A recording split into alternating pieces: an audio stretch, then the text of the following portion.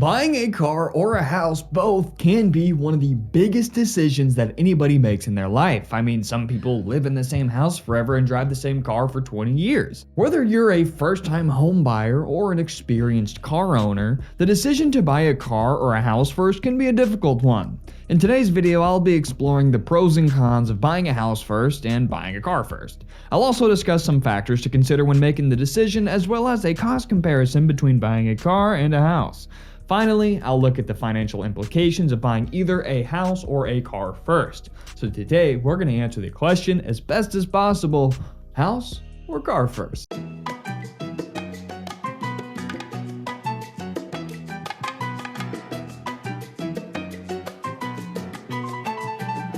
Make me a deal. If you're getting value or information out of today's video, hit that like and subscribe button. And if you're looking to buy a home, I can help you with that. My name is Greyson Roberts, owner and realtor with Boss Properties. We can help you with your real estate deals nationwide. Scratch that, worldwide. And don't skip ahead, because today's sponsor is going to pay you to sign up. That's right, Webull, my favorite online stock brokerage that I've been using personally for 4 years, and I've never paid them a dime. They're going to pay you in the form of a sign-up bonus, 6 free stocks, and all you got to do is sign up for their app. And I think you should use it anyway, because I absolutely love keeping track of the market and mastering my money.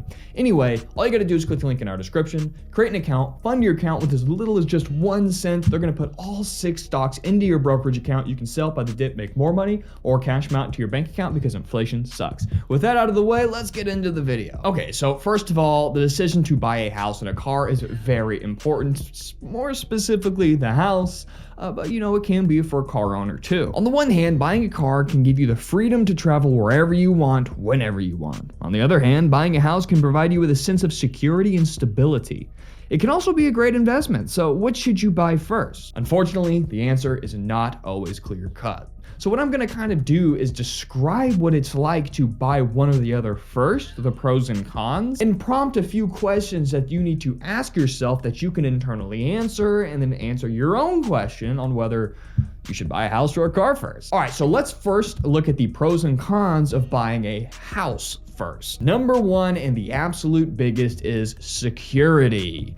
Owning a house gives you a sense of security and stability. You can make it your home and build life there. Also, it's a phenomenal investment most of the time. Buying a house is a great investment. The value of your property can and probably will appreciate over time, and you can even rent it out to make extra income. Not to mention the tax benefits are massive. Owning a house can provide you with certain tax benefits, such as deductions on property taxes and mortgage interest. And of course, there are a million reasons why buying a house is a phenomenal idea, but also a million reasons why it's not. But that's kind of the gist of it. So let's talk about the cons. One, it's daggum expensive. Houses are typically much more expensive than cars, so they require a larger upfront investment. And also with the location, you may have to choose between a house you like in an area you don't want to live, or a house you don't like in an area where you don't want to live. Also, maintenance. Houses require regular maintenance, which can be expensive and time-consuming. You think your transmission repair is expensive until your roof blows off and you're like, what the f? So now let's look at the pros and cons of buying a car first. The first pro is simply mobility.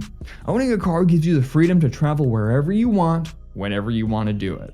Affordability is also a big factor. Cars are typically more affordable than houses, so they require a smaller upfront investment. The inner investor in me is coming out. You can actually buy a house cheaper than a car. I'm gonna hold myself back. Convenience. Cars are extremely convenient for running errands, taking trips, and getting you around town. Now the cons. Unlike a house, when you buy a car, it's going to depreciate.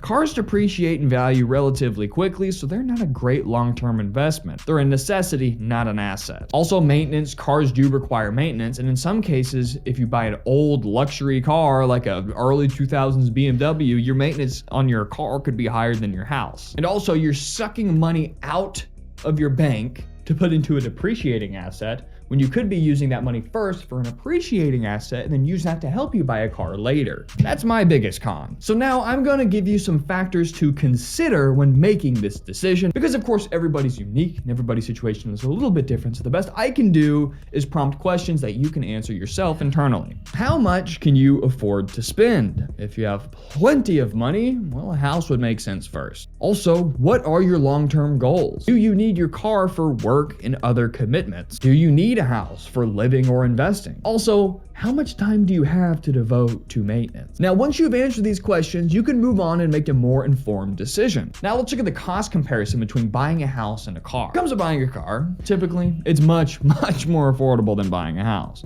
The average cost of a new car is around $37,000, while the average cost of a new house is around $300,000.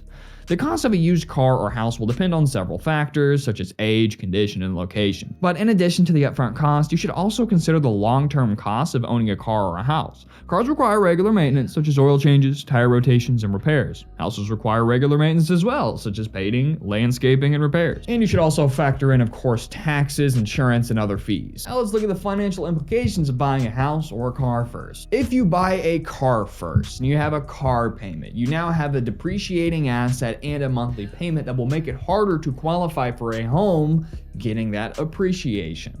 But if you buy a house first, you're probably going to have a very little left over to buy a car. So it's a trade-off. And that's what some of those questions will help you answer. Do you really need that new car right now? Or can you ride through yours for the next few years and really focus on getting into an appreciating asset like your home? And of course, you'll have to think about your credit score. Buying a car and putting it on your credit is not always good for your credit score. So it seems kind of obvious, but that's the point of today's video, is to just get a general look at buying a house or a car first. And of course, I can't answer that question for you, but if you can afford it, buy a house first. If you can't afford a house, buy a car first. Because if you can't afford a car, trust me, you can't afford to maintain a house. There you have it, pros and cons, different scenarios, and questions that you need to answer. And like I said, as simple as I can put it, is if you can easily afford a house, absolutely. If you can't, car. Anyway, get that money with Webull down below. Hold your end of the deal up, hit that like and subscribe button if you gained any value or information, and subscribe if you would like to see more videos talking about this. I actually just made a video talking about, can you buy a house with a credit card? Of course, if you're looking for real estate services, give Boss Properties a call. I'll see you guys in the next real estate video.